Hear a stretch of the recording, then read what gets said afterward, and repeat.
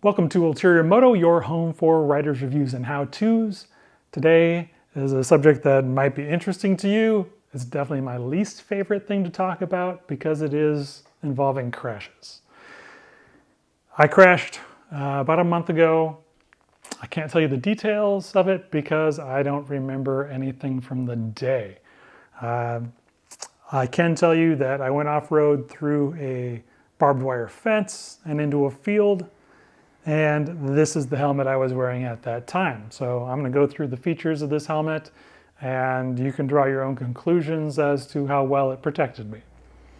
Let's start with the fact that this is a Bell Racestar DLX Flex helmet. That's a mouthful. This is the matte black colorway, but more accurately, it is really just a matte transparent paint that's been put onto it.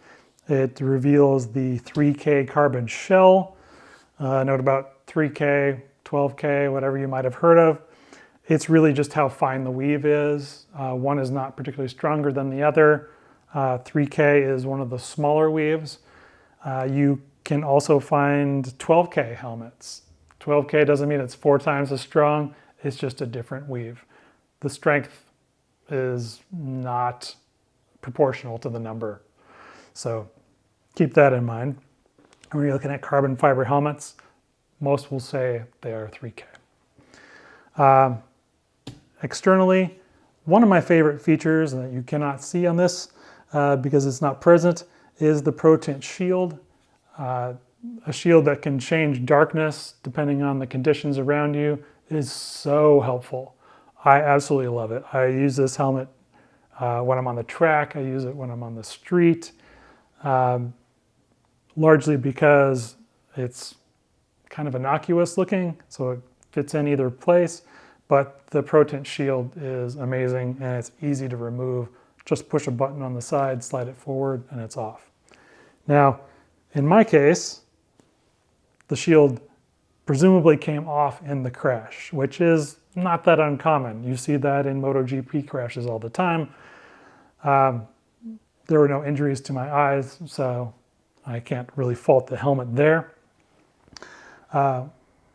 This helmet does have 4 venting options. It has the chin vent, the forehead vent, the roof vent, and the extraction vent back here. So it is a really well ventilated helmet. In spite of it being black, I use this on the track in 100+ degree temperatures. And yeah, it does get hot, obviously, when you're on the track in that kind of temperature, but it's really nice. It's really nice because of the airflow and the materials that are on the inside. So let's take a look over there. One of my favorite features about the Bell helmets is the magnetic strap. Once you slide this through, you can just find the magnet. It kind of finds itself. I don't have to sit there monkeying with some kind of snap. It has removable cheek pads that are magnetic as well. Now, they have been removed from this helmet by EMS, exactly as they're supposed to. There are big red labels here that say pull with a little strap so that they can pull those cheek pads straight down. That removes any of the undercut to the helmet, and they can pull the helmet off so they can check on your head without giving any traction to your neck and possibly damaging your neck. So I highly recommend getting a helmet with those removable cheek pads that come straight down. It's got a pretty good air skirt on it that keeps a lot of the wind noise out. I have had quieter helmets, but by and large, most of the helmets I've ever worn are louder than this one. So let's pull these out. These are removable so that you can wash them. Or if you like more airflow on a hot day, you can pull that one out. Let's work from the back here. Let's simply snap in and out. So does the one on the crown here. There's 2 slots in the front and then 2 snaps in the back.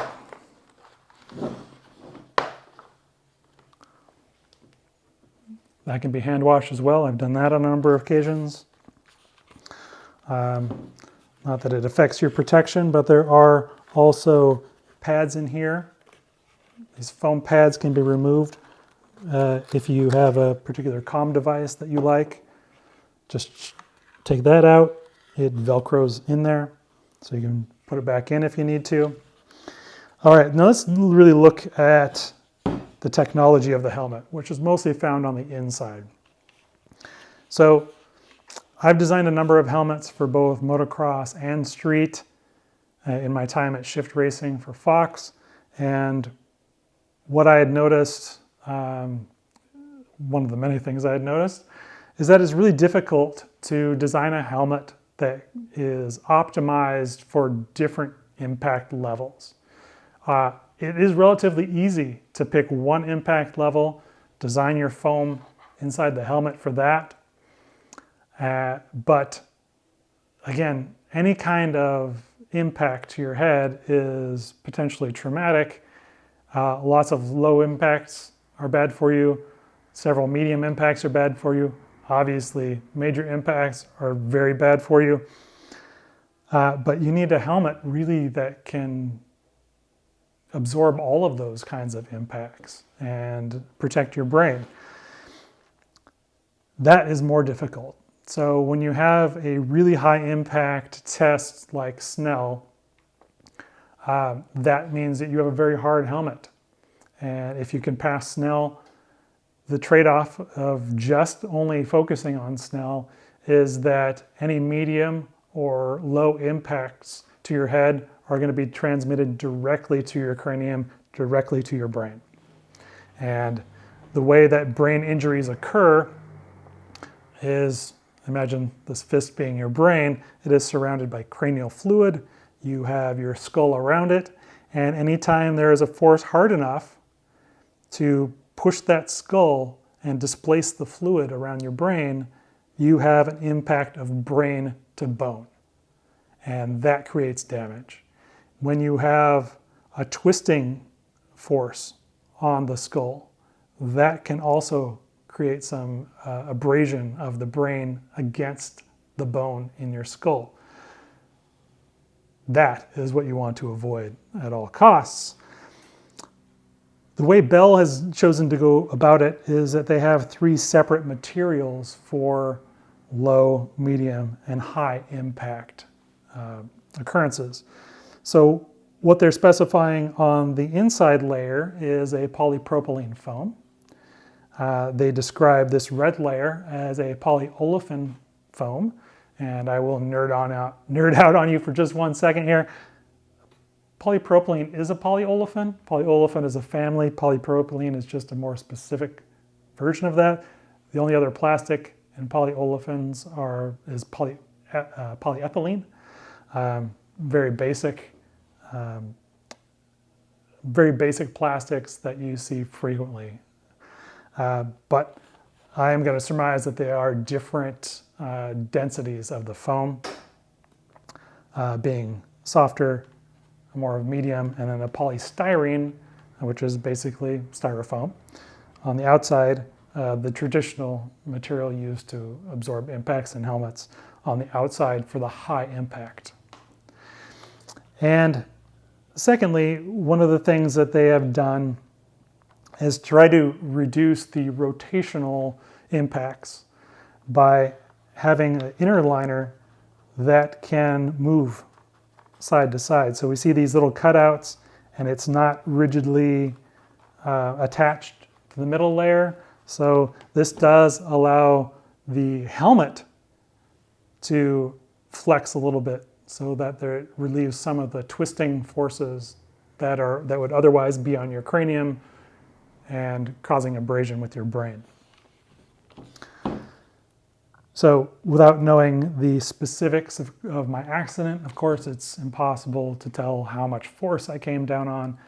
There are pictures where my head is on a rock. That potentially is the largest impact that I faced. And I was, out of commission, basically unable to work for about a month.